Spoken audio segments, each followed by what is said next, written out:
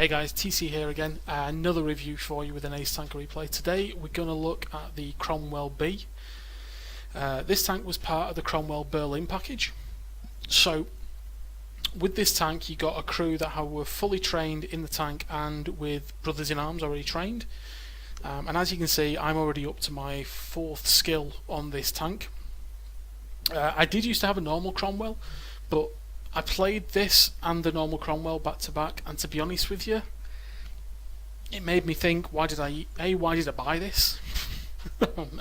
And B, what's the point in keeping the other Cromell? So I sold my other Cromell, and its crew, where did I put its crew? I think I put its crew in the Firefly actually. Yeah, there we go. I put its crew in the Firefly.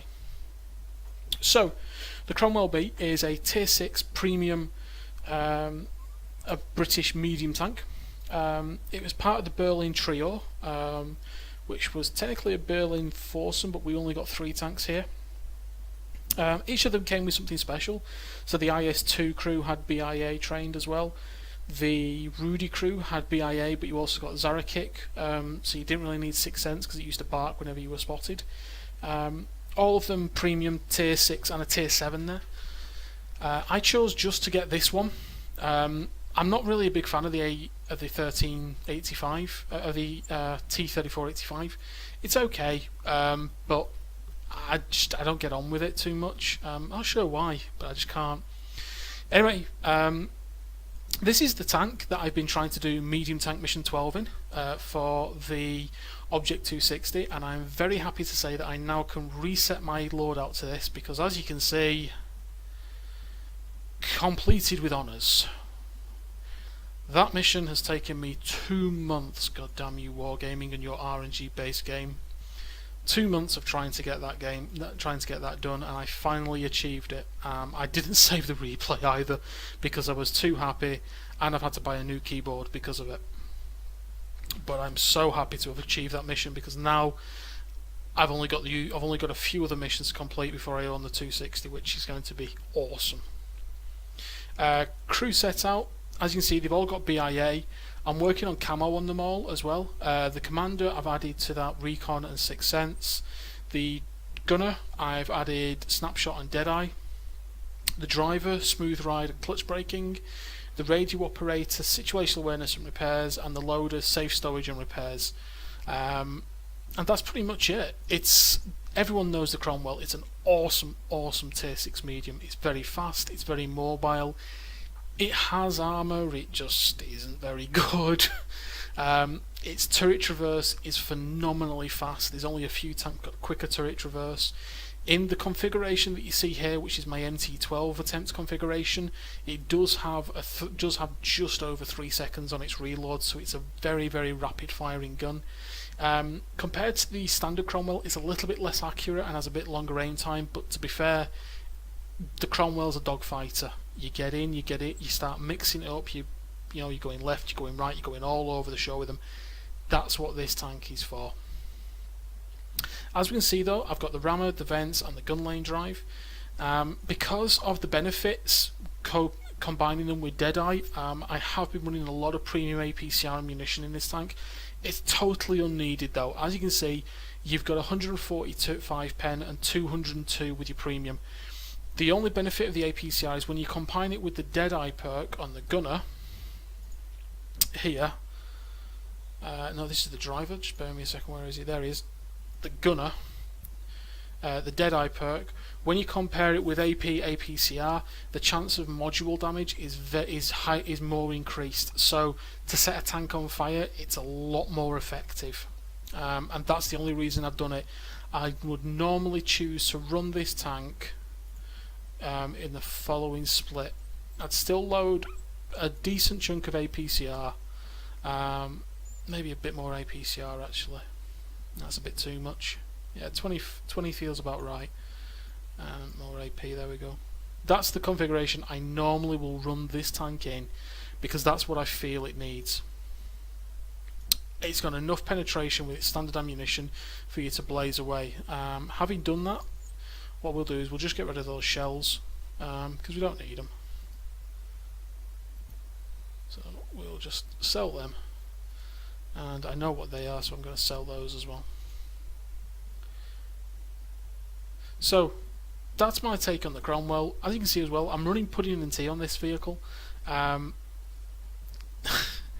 benefits are huge for a Cromwell, and especially when you're using this in strongholds and team battles, it means it's just such a quick firing gun. You have a quicker reload than some of the tier 6 light tanks as well, so it makes a big difference. Ace Tank replay coming up is me platooned up with a clanmate trying to get medium tank mission 12. So again, there's a bit of premium ammunition being spammed around, trying to go for these fire shots and looking for and trying to get the module damage with the APCR and the Deadeye perk. It is an Ace Tank game though, so I'm quite happy to put it up on because I was trying to do this for a reason. So without further ado, guys, here we go. As you can see, we're platooned up with our clanmate Mixmax. He's in the E25. This is a trick I learned from one of the Quickie Baby videos. So what I'm doing here is I'm platooning with a E25, which means that worst case scenario you're going to see tier 8s, but more often than not you're going to see tier 7s. And at tier 7s you've got things like the KV3, the IS, and the T20s and things like that. Tanks that are really susceptible to engine fires when shot from the rear. And obviously with the Cromwell you've got the benefit where you can flank and move around really quick. As you can see, me and Mix here are I'm taking a really aggressive position here. I'm pushing forward in my Cromwell. I'm getting some early spots there on those guys. I take a shot from the AMX 1375, pull the handbrake, and I back up into this location, but the AMX is clearly shooting straight at us there. I pop forward, looking for shots on this Leopard. Now we got a bit stale here in the gameplay, but we are just waiting for shots. The Leopard pokes out, quick snapshot. Now, as you can see, totally unnecessary shots these with this kind of ammunition, but to be fair, my head in this game is concentrating on purely and simply getting the light tank, getting my mission, getting MT12. I've been trying for so long on this mission, it's just a case of no. Spotted again by proxy by the KV85 there, but vice versa, we're also spotting him. T150 there, he's lurking up on us. Now he's taking a bit of damage, he's no damage so far. He does manage to get a good shot on us though. We pull forward. He donks his first one, and we start to butter our shots through this chap. In the time it's taken him to reload, we've got 2 shots in. He puts a good reply into us. I think we try and side scrape here, but he manages to penetrate us. But that's his last shell of the game. We are down to 21 hit points though. As you can see, the turret traverse is really quick.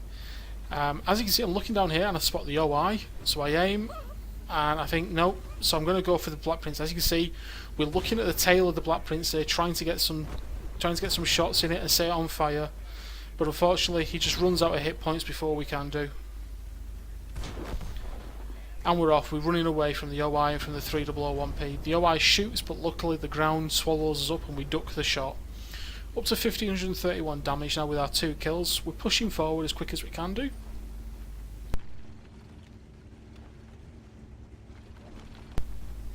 And we're now pushing up behind the Super Perishin here.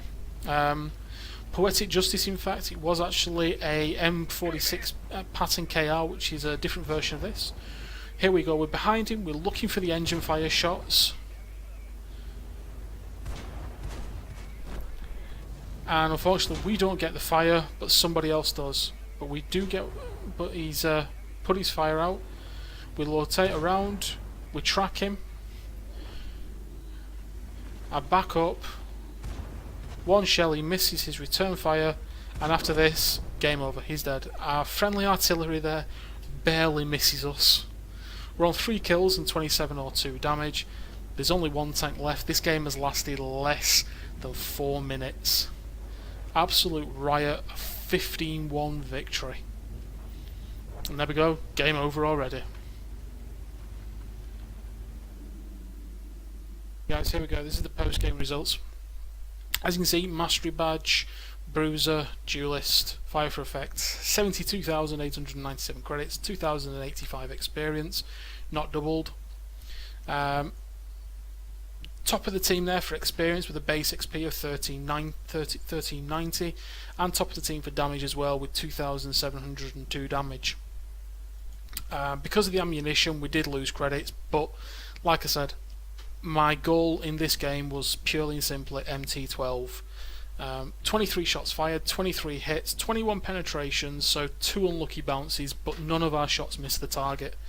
We took 3 hits, we didn't bounce anything at all.